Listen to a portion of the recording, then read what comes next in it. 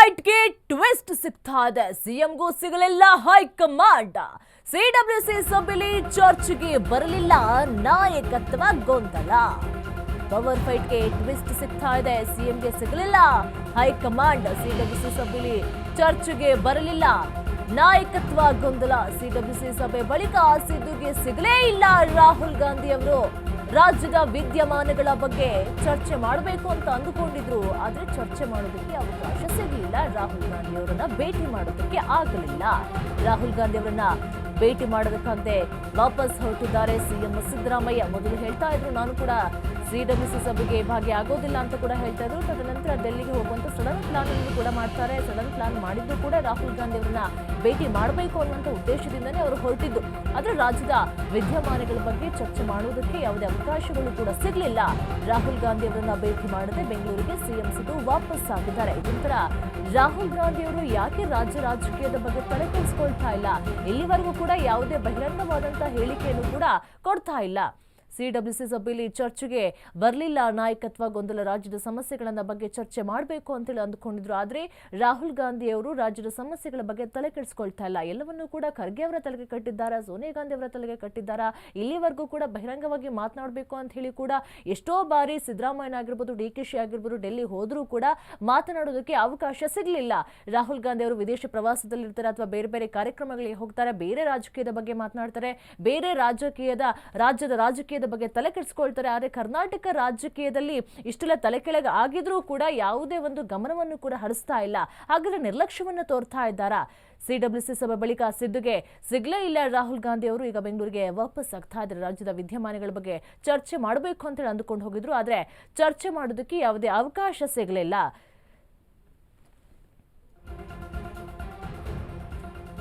Power ಫೈಟ್ಗೆ twist ಈಗ ಸಿಎಂಗೂ ಸಿಗ್ಲಿಲ್ಲ. ಈಗ ಹೈಕಮಾಂಡ್ ಒಂದ್ ಕಡೆ ಡಿಕೆಶಿ ಅವರು ಕೂಡ ಭೇಟಿ ಆಗಿದ್ರು.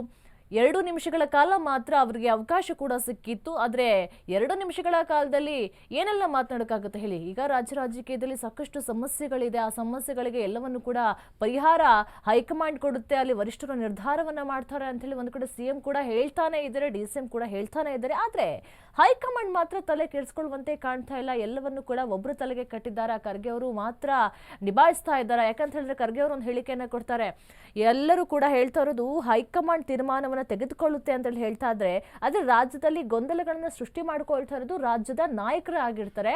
ಆದ್ರೆ ಹೈಕಮಾಂಡ್ ಮಾತ್ರ ನಿರ್ಧಾರವನ್ನು ತೆಗೆದುಕೊಳ್ಳುತ್ತೆ ಅನ್ನುವಂಥ ಮಾತನ್ನ ಖರ್ಗೆ ಅವರು ಹೇಳ್ತಾ ಇದ್ರು. ಎಲ್ಲವನ್ನು ಕೂಡ ಹೈಕಮಾಂಡ್ ತಲೆಗೆ ಕಟ್ಟಬಾರ್ದು ಎನ್ನುವಂಥ ಮಾತು ಕೂಡ ಹೇಳ್ತಾ ಇದ್ರು. ಹಾಗಾದ್ರೆ ಅದನ್ನೇ ಮುಂದುವರಿಸ್ಕೊಂಡು ಹೋಗ್ತಾ ಇದ್ದಾರೆ. ಅದಕ್ಕೋಸ್ಕರ ಏನಾದ್ರೂ ನಿರ್ಲಕ್ಷ್ಯವನ್ನ ತೋರ್ತಾ ಇದ್ದಾರಾ? ಮತ್ತೆ ವಿದೇಶಕ್ಕೆ ಹೊರಟಿದ್ದಾರೆ ರಾಹುಲ್ ಗಾಂಧಿ. ನಾಳೆಯಿಂದ ರಾಹುಲ್ ಗಾಂಧಿ ವಿದೇಶ ಪ್ರವಾಸವನ್ನ ಮಾಡಲಿದ್ದಾರೆ.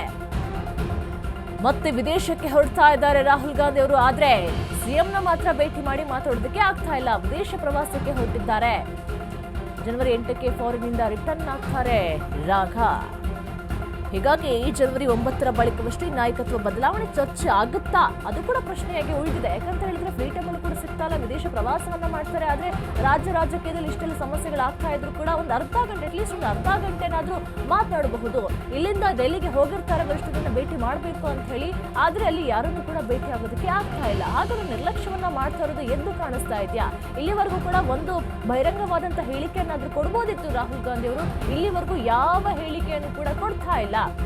ಹೀಗಾಗಿ ಜನವರಿ 9ರ ನಂತರ ಏನಾದರೂ ಬದಲಾವಣೆ ಆಗುತ್ತಾ, ಅದು ಕೂಡ ಪ್ರಶ್ನೆಯಾಗಿದೆ. ಡಿಸಿಎಂ ಡಿಕೆ ಶಿವಕುಮಾರ್ಗೆ ಮತ್ತೊಮ್ಮೆ ನಿರಾಸೆ ಆಗಿದೆ. ಒಂದು ಕಡೆ ಹೈಕಮಾಂಡ್ ನಲ್ಲೂ ಕೂಡ ದ್ವಂದ್ವ ನಿಲುವು ಎನ್ನುವಂತ ಒಂದು ಉತ್ತರ ಕೂಡ ಬರ್ತಾ ಇತ್ತು. ಹಾಗಾದ್ರೆ ದ್ವಂದ್ವ ನಿಲುವು ಹೊಂದಿದಾರಾ ಅಥವಾ ನಿರ್ಲಕ್ಷ್ಯವನ್ನೇ ತೋರ್ತಾ ಇದ್ದಾರಾ ಎನ್ನುವಂತ ಪ್ರಶ್ನೆ ಕೂಡ ಮೂಡ್ತಾ ಇದೆ. ಈಗ ವಿದೇಶ ಪ್ರವಾಸವನ್ನ ಮಾಡೋದಕ್ಕೆ ಹೊರಟಿದ್ದಾರೆ.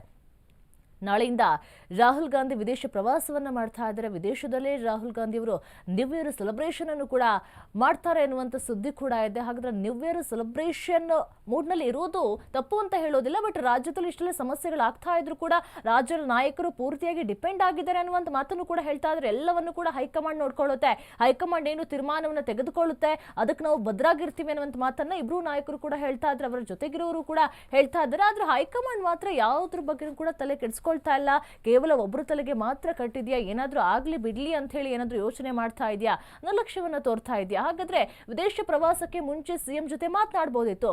ಸಿಎಂ ಅಲ್ಲಿ ಸಿಡಬ್ಲ್ಯೂಸಿ ಸಭೆಗೆ ಹೋಗೋದಕ್ಕಿಂತ ಹೆಚ್ಚಾಗಿ ಅವರು ಮೈನ್ ಆಗಿ ಹೋಗಿದ್ದೆ ಅಲ್ಲಿ ಹೈಕಮಾಂಡ್ ಜೊತೆ ಮಾತನಾಡಬೇಕು, ರಾಹುಲ್ ಗಾಂಧಿ ಅವ್ರ ಜೊತೆ ಮಾತನಾಡಬೇಕು ಅನ್ನೋ ಕಾರಣದಿಂದನೇ ಹೋಗಿದ್ರು. ಯಾಕಂತ ಹೇಳಿದ್ರೆ ಮೊದಲೇ ಅವರೊಂದು ಹೇಳಿಕೆಯನ್ನು ಕೊಟ್ಟಿದ್ರು, ನಾನು ಡೆಲ್ಲಿಗೆ ಹೋಗೋದಿಲ್ಲ, ಸಿಡಬ್ಲ್ಯೂಸಿ ಸಭೆಗೆ ಹೋಗೋದಿಲ್ಲ ಅನ್ನುವಂಥ ಮಾತನ್ನು ಕೂಡ ಸಿಎಂ ಸಿದ್ದರಾಮಯ್ಯ ಅವರು ಹೇಳಿದ್ರು. ಆದ್ರೂ ಕೂಡ ಮತ್ತೆ ಹೊರಟ್ರು. ಯಾಕಂತ ಹೇಳಿದ್ರೆ ಸಭೆನೂ ಆದಂಗೆ ಆಗುತ್ತೆ, ಜೊತೆಗೆ ರಾಹುಲ್ ಗಾಂಧಿ ಅವರನ್ನ ಮೀಟ್ ಮಾಡ್ಕೊಂಡು ಮಾತಾಡ್ದಂಗೂ ಆಗುತ್ತೆ, ರಾಜ್ಯದ ವಿದ್ಯಮಾನಗಳ ಬಗ್ಗೆ ಮಾತನಾಡ್ದಂಗೂ ಆಗುತ್ತೆ ಅನ್ನುವಂಥ ತಲೆಯಲ್ಲಿ ಇಟ್ಕೊಂಡು ಹೋಗಿದ್ರು. ಅದೇ ರಾಹುಲ್ ಗಾಂಧಿ ಅವರನ್ನ ಭೇಟಿ ಆಗೋದಕ್ಕೆ ಅವಕಾಶವೇ ಸಿಗಲಿಲ್ಲ. ಇದೆಲ್ಲ ನೋಡ್ತಾ ಇದ್ರೆ ಬೇಕು ಅಂತಾನೆ ನಿರ್ಲಕ್ಷ್ಯವನ್ನ ಮಾಡ್ತಾ ಇದ್ದಾರೆ ಎನ್ನುವಂಥ ಪ್ರಶ್ನೆ ಕೂಡ ಒಂದು ಕಡೆ ಮೂಡ್ತಾ ಇದೆ. ಹಾಗಾದ್ರೆ ಜನವರಿ 9ರ ಬಳಿಕ ಮತ್ತೇನಾದ್ರೂ ನಾಯಕತ್ವ ಬದಲಾವಣೆ ಬಗ್ಗೆ ಚರ್ಚೆ ಆಗುತ್ತಾ ಎನ್ನುವಂಥ ಪ್ರಶ್ನೆ ಕೂಡ ಮೂಡ್ತಾ ಇದೆ.